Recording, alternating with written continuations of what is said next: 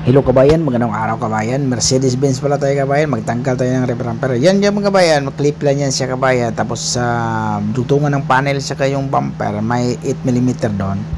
Katulad yung kabayan, sa kabila kung tinanggal, may 8mm dyan.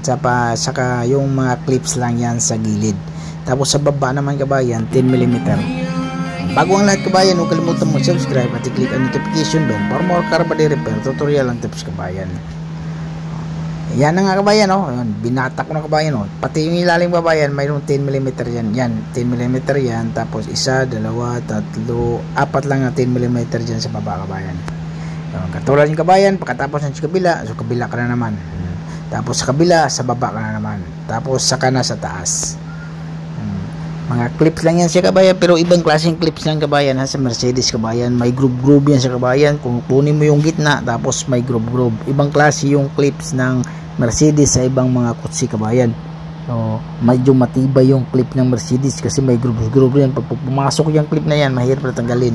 So, kunin mo muna yung sa gitna, saka mo hilahin yung pinakabuo niya. Yun kabayan, tinanggal ko yung T-light kabayan kasi hindi katulad sa Audi yan kabayan na tanggalan mo yung loob na yung kabayan, tapos mayroong 10mm dun sa loob. So hindi na kailangan ganun yung Mercedes, pero may klaseng ganung Mercedes kabayan. Pero yan na kabayan, tinignan ko mas maganda siguro tanggalin ko yung T-light. Pagkatapos ng T-light sikwatin ko lang yan yung medyo umangat dyan sa bumper, yung tumaas, yung parang clip lang yan sa kabayan mayroong retainer dyan na nag-clip lang yung bumper na yan. Sa tingin ko yan, katulad kabayan, sinikwat ko yung pangilalim, pati sa gilid yan, sinikwat ko yung kabayan kasi naka-clip lang yan siya kabayan. Pero mayroong 10mm dyan sa loob, pero hindi ko na tinanggal yung 10mm sa bracket kasi sa tingin ko mas maganda pa yung ganyan na lang.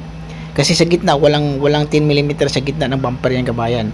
So nasa gilid lang, so malapit sa T-light. So mas maganda pa sipotin yung clip, tapos kabila tanggalin na yung T-light din, tapos sipotin mo yung clip din. Mas maganda tanggalin yung T-light kabayan kasi pag hindi mo tanggalin tapos sipotin mo lang, delikado pag mabasag. Kasi mayroong isang beses nangyari sa akin yan, hindi ko tinanggal yung T-light. Pag hila ko, sumabit yung bumper sa T-light, yung labi-labi niya, biak yung labi-labi. Pero ang ginawa ko, nilagyan ko lang ng glue, hindi nahalata din. Ganun lang, tingnan mo kabayan, sinikwat ko yan, sinikwat ko yan, pero okay lang, masira din, walang problema kasi bago yung bumper na yung kabayan ganun na siya kabayan, ganun na kasimple sikwatin natin, tapos iba hilaw, tanggal na agad. Pero mayroong wire dun sa baba kabayan yan, nasa loob yung wire na yon. So kailangan pagkabit natin yan, huwag kalimutan natin yung wire na yon kasi nakasensor yan sa kabayan ganun lang kasimple kabayan, easy lang. Okay, salamat kabayan.